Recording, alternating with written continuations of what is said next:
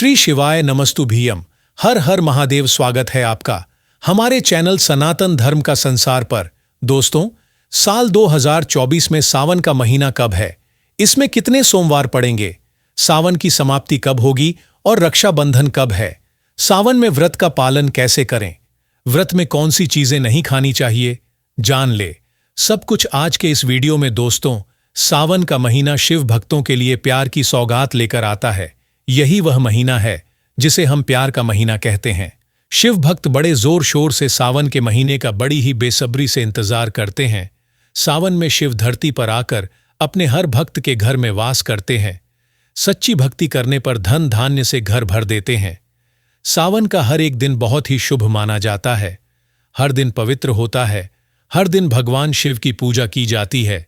लेकिन सोमवार के व्रत की बात ही कुछ और होती है।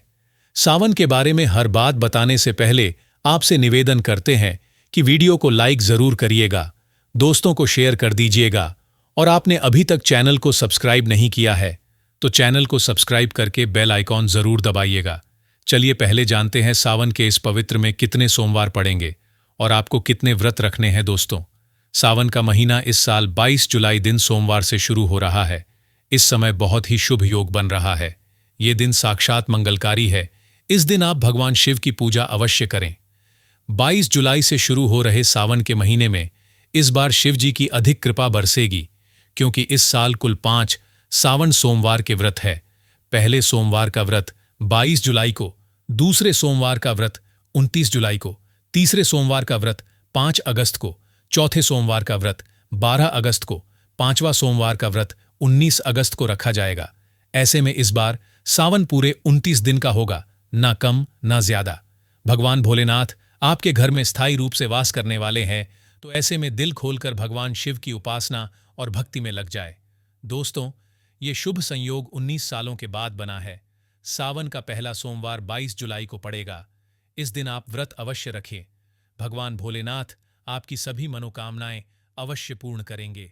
सावन की समाप्ति होगी 19 अगस्त को और रक्षाबंधन का त्योहार मनाया जाएगा। 19 अगस्त यानी सावन जिस दिन खत्म होगा उसी दिन रक्षाबंधन का पर्व मनाया जाएगा। ऐसे में अब जान लेते हैं सावन के इस पवित्र महीने में कौन सी गलती नहीं करनी चाहिए जिससे कि शिवजी नाराज ना हो। और सावन व्रत में यह फल तो कभी मत खाना, नहीं तो भगवान भोलेनाथ आपसे क्रोधित हो सकते हैं, आपका व्रत टूट सकता है। आइए जानते हैं कुछ ऐसे सावधानियां जिन्हें भूल कर भी नहीं करना चाहिए। नंबर 1, शास्त्रों में बताया गया है कि व्रतधारी को उधार मांगकर फल नहीं खाना चाहिए। इससे पाप लगता है और व्रत अधूरा रह जाता है। सोमवार का व्रत हो या कोई और व्रत में पड़ोसियों से मांगकर फल वगैरह खाना नहीं चाहिए। व्रत में उधार मांगकर खाने से व्यक्ति का व्रत झूठा हो जाता है। ईश्वर की शरण में आने पर व्यक्ति को झूठ नहीं बोलना चाहिए, कर्ज नहीं लेना चाहिए, चुगली आदि नहीं करनी चाहिए, उधर मांगकर भी खाना नहीं चाहिए। अगर व्रत के दौरान आपको कोई अपनी मर्जी से खाने के लिए कुछ देता है तो उसे आप खा सकते हैं, लेकिन व्रत में कम से कम उधार मांगकर फल आदि खाना नहीं चाहिए। इससे पाप लगता है और व्यक्ति की पवित्रता भंग हो जाती है। नंबर 2, सोमवार का व्रत हो या सावन का व्रत, आपको नाशपाती नहीं खाना चाहिए। दरअसल इस फल का नाम नाशपाती यानी नाश करने वाला होता है, इसलिए इस फल को व्रत में नहीं खाना चाहिए। व्रत आदि को छोड़कर किसी और दिन आप इसे खा सकते हैं, लेकिन जिस दिन आपका व्रत हो उस दिन नाशपाती का सेवन बिल्कुल नहीं करना चाहिए और भगवान को भी नाशपाती नहीं चढ़ाना चाहिए। नंबर 3, कभी कुत्तू या काका आटा खाने से भी आपका व्रत टूट सकता है। दोस्ती लंबे समय से रखा हुआ आटा आपका व्रत भंग कर सकता है। दरअसल पुराने आटे में घुन कीड़े पड़ जाते हैं जो ठीक तरह से दिखाई भी नहीं देते। ऐसा आटा खाने पर दरअसल आप मांस का सेवन करते हैं और व्रत में कीड़े खाना घोर पाप के बराबर माना गया है। आपका व्रत इससे भंग हो जाता है। व्रत में ताजा आटा खाना चाहिए। लंबे समय से रखे हुए आटे में कीड़े पड़ जाते हैं तो ऐसा कभी ना करें। व्रत हमेशा शुद्धता में ही चाहिए। सावन का महीना बड़ा ही पवित्र महीना माना गया है, इसलिए यह 5 चीजें भगवान शंकर के पास कभी ना रखें। जानते हैं उनके बारे में। नंबर 1, जहां शिवलिंग रखा हो या महादेव की कोई भी प्रतिमा हो वहां पर भूलकर भी जूते चप्पल लेकर जाना नहीं चाहिए। जरा सोचिए, जब आपके कमरे में कोई चप्पल लेकर प्रवेश करता है तो आपको कितना क्रोध आता है। तो इसी कारण महादेव भी आपसे नाराज हो जाते हैं और आपको मिलने वाला फल नष्ट हो जाता है। ऐसे में हमेशा मंदिर में नंगे पांव ही करें, क्योंकि चमड़े की चप्पल हमेशा अशुद्ध रहती है। इससे देव शक्ति नाराज होती है। नंबर 2, अक्सर महिलाओं को मासिक धर्म आ जाता है और वह बिना किसी को बताए पूजा पाठ कर लेती है, जो कि शास्त्रों में वर्जित माना गया है। इस समय महिलाओं को जानकर भी अनजान नहीं बनना चाहिए। अगर आपको मासिक पीड़ा है तो घर के मंदिर में या बाहर के मंदिर में प्रवेश नहीं करना चाहिए। इससे देव शक्तियां नाराज होकर आपसे क्रोधित हो सकती है। ऐसे समय में शिवलिंग को छूना घोर पाप के माना गया है। जरा सोचिए, ऐसी अवस्था में जब खुद महिला को बुरा लगता है तो ईश्वर को कितना बुरा लगेगा। इसलिए महिलाओं को ऐसी अवस्था में मंदिर या यात्रा में जाना, घर में पूजा पाठ करना, भगवान की प्रतिमा को छूना या तुलसी में पानी भी नहीं डालना चाहिए। तुलसी का पौधा भी इससे सूख जाता है। जब देवी शक्तियां नाराज होती हैं तो लाजमी है कि घर में कंगाली और गरीबी आने लगती है, लड़ाई झगड़े होने लगते हैं। तो ऐसा कभी मत करना। नंबर 3, बताया गया है कि जहां होता है शिवलिंग, वहां पर सभी देवी शक्तियां सक्रिय रहती हैं। जिसके घर में शिवलिंग होता है वह व्यक्ति महादेव की कृपा सदैव पा लेता है। वास्तुशास्त्र के अनुसार शिवलिंग से हर वक्त ऊर्जा का संचार होता रहता है, इसलिए शिवलिंग पर जलधारा हमेशा होनी चाहिए, जो ऊर्जा को शांत रखती है। कुछ लोग अपने घर में शिवलिंग तो रख लेते हैं, लेकिन वह कभी हफ्ते में एक बार जल चढ़ाते हैं, जो कि बिल्कुल भी अच्छा नहीं माना जाता है। आप जल नहीं चढ़ा सकते तो आप अपने घर में शिवलिंग कभी स्थापित ना करें। ऐसा गरुड़ पुराण में बताया गया है। इससे उल्टा घर में विनाश होता है। नंबर 4, शास्त्रों में बताया गया है कि तुलसी और महादेव का बैर माना गया है। इसी कारण तुलसी में शिवलिंग और गणेश की प्रतिमा को नहीं रखा जाता। कई लोग जाने अनजाने में शिवलिंग को तुलसी में रख देते हैं और घर में परेशानी आना शुरू हो जाती है। इससे महाशक्तियां क्रोधित हो जाती है। तो शिवलिंग पर तुलसी पत्र भी नहीं चढ़ाना चाहिए। तुलसी में शिवलिंग में कुछ दूरी होनी चाहिए। नंबर 5, घर का मंदिर हो या बाहर का मंदिर, किसी भी मंदिर में ऐसे व्यक्ति को प्रवेश नहीं करना चाहिए जिसने स्त्री प्रसंग अर्थात संभोग किया हो या उसने मांस खाया हो। अगर आप शारीरिक रूप से गंदे हैं तो मंदिर के आसपास भी नहीं जाना चाहिए। घर के बने मंदिर पर कोई कपड़ा आदि डाल देना चाहिए। जरा आप ही सोचिए कि आप मांस खाकर या स्त्री के साथ शारीरिक संबंध बनाकर भगवान के पास जाएंगे और क्या वह आपसे प्रसन्न होंगे? बिल्कुल भी नहीं। वह आपसे क्रोधित हो सकते हैं, आपसे नाराज हो जाएंगे। शास्त्रों में इसे गौर पाप माना गया है। इससे व्यक्ति नरक में जाता है। ऐसा दुष्ट स्वभाव मनुष्य के बर्बादी का कारण माना गया है, तो ऐसा बिल्कुल ना करें। ईश्वर के सामने हमेशा नहा धोकर मन पवित्र लेकर ही जाना चाहिए। इससे सभी शक्तियां आपसे प्रसन्न रहती हैं। दोस्तों, सावन के महीने में महादेव को ऐसे बेलपत्र कभी मत चढ़ाना। इसे बहुत ही अशुभ माना जाता है। दोस्तों, मान्यताओं के अनुसार बेलपत्र चढ़ाने से शिवजी का मस्तक शीतल रहता है। बेलपत्र से भगवान शिव की पूजा करने से दरिद्रता दूर होती है, व्यक्ति सौभाग्यशाली बनता है। इससे हनुमान जी भी प्रसन्न हो जाते हैं, क्योंकि वे शिव के ही अवतार हैं और इस बात को शायद ही कोई जानता हो। दोस्तों, अब आप यह जान लें कि बेलपत्र का उपयोग और इसके लाभ कैसे मिलते हैं। नंबर 1, तीनों लोकों में जितने तीर्थ स्थल प्रसिद्ध हैं, वे सभी तीर्थ स्थल बेलपत्र की मूल भाग में स्थित माने जाते हैं। इस बात को शायद ही जानता हो। नंबर 2, अगर बेल का वृक्ष घर के बीचों बीच या पूर्व दिशा में लगा हो तो घर में धन धान्य की कभी कमी नहीं रहती और परिजन खुशहाल रहते हैं। नंबर 3, जो व्यक्ति बेल के वृक्ष के मूल भाग की गंध, पुष्प आदि से पूजा अर्चना करता है, उसे मृत्यु के पश्चात शिवलोक की प्राप्ति होती है। अब जानते हैं बेलपत्र से जुड़ी और कुछ खास बातें। दोस्तों, चतुर्थी, अष्टमी, नवमी, चतुर्दशी और अमावस्या, इन तिथियों को, साथ ही संक्रांति और सोमवार को बेलपत्र नहीं तोड़ना चाहिए। पूजा से एक दिन पहले ही बेलपत्र तोड़कर रख ले। दोस्तों, बेलपत्र कभी अशुद्ध नहीं होता। अगर आपको पूजा के लिए नया बेलपत्र नहीं मिल रहा है तो आप किसी दूसरे के चढ़ाए हुए बेलपत्र को स्वच्छ जल से धोकर भगवान शिव को अर्पित कर सकते हैं। बेलपत्र में कम से कम 3 पत्तियां होनी चाहिए। कटी फटी पत्तियों का बेलपत्र भगवान शिव को गलती से भी अर्पित मत करना। कटी फटी पत्तियों को अर्पित करने से शिव का अपमान माना जाता है और बेलपत्र का भी। इसलिए बेलपत्र की पत्तियां एकदम साफ होनी चाहिए। दोस्तों, सावन के इस पवित्र महीने में जिस व्यक्ति को 5 संकेत मिल जाए तो इससे यह पता चलता है कि महादेव आपकी भक्ति से बहुत प्रसन्न है और आपको धनी होने से कोई भी नहीं रोक सकता। चलिए जानते हैं।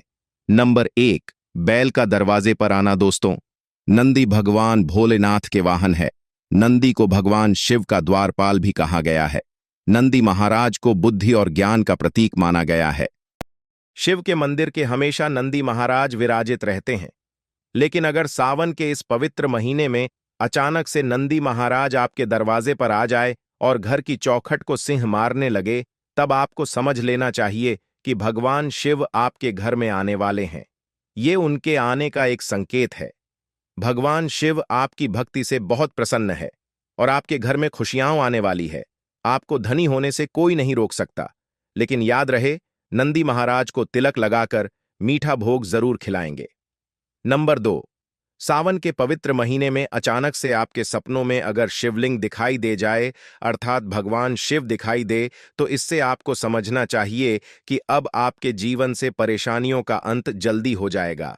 भगवान शिव आपकी सच्ची आराधना भक्ति से बहुत खुश है और वह आपके घर में आने वाले हैं। ऐसे में याद रहे, शिव की भक्ति में कोई भी कभी ना आने दे, घर को गंदा ना रखे, क्योंकि आपके घर में भगवान शिव पधारने वाले हैं। नंबर 3, शास्त्रों के अनुसार माना गया है कि नीलकंठ पक्षी भगवान शिव का प्रतीक है। अगर आपके घर सावन के महीने में नीलकंठ छत पर आकर बैठ जाए तो उसे भूल कर भी मत भगाना, क्योंकि यह भगवान शिव का प्रतीक माना गया है। ऐसे में आपको खुश हो जाना चाहिए, क्योंकि भगवान शिव आपकी भक्ति से बहुत खुश हैं। शास्त्रों में बताया गया है कि नीलकंठ अगर मनुष्य के घर पर आकर बैठ जाए तो यह घर में साक्षात महादेव शिव के आने का संकेत है। अब आपके बुरे दिन जाने वाले हैं। कहते हैं भगवान श्री राम ने इस पक्षी के दर्शन करने के बाद ही रावण पर विजय प्राप्त की थी। सावन के पवित्र महीने में घर में काला सांप निकल आए तो इसे बहुत ही शुभकारक माना गया है। इसे बिल्कुल भी ना मारे। यह भगवान शिव की आने का संकेत है। जिनकी भक्ति से महादेव प्रसन्न होते हैं, उन्हें महादेव किसी खास अवसर पर अपने दर्शन देते हैं। सावन का महीना बहुत ही पवित्र महीना माना गया है।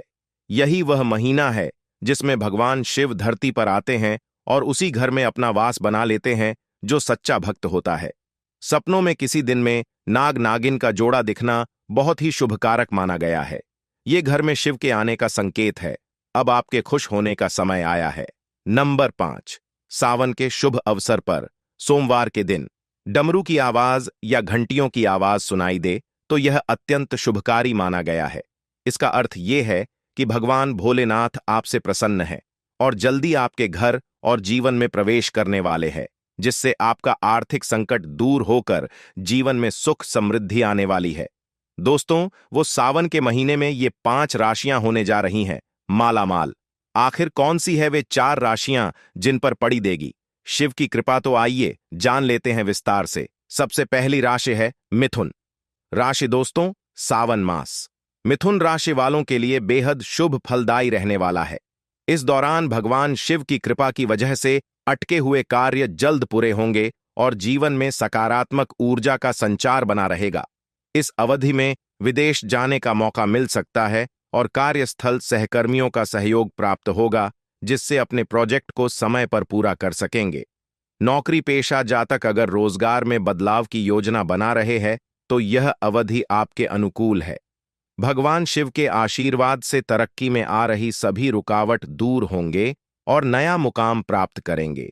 मिथुन राशि वाले परिजनों के साथ अच्छा समय व्यतीत करेंगे और उनकी जरूरतों का पूरा ध्यान रखेंगे।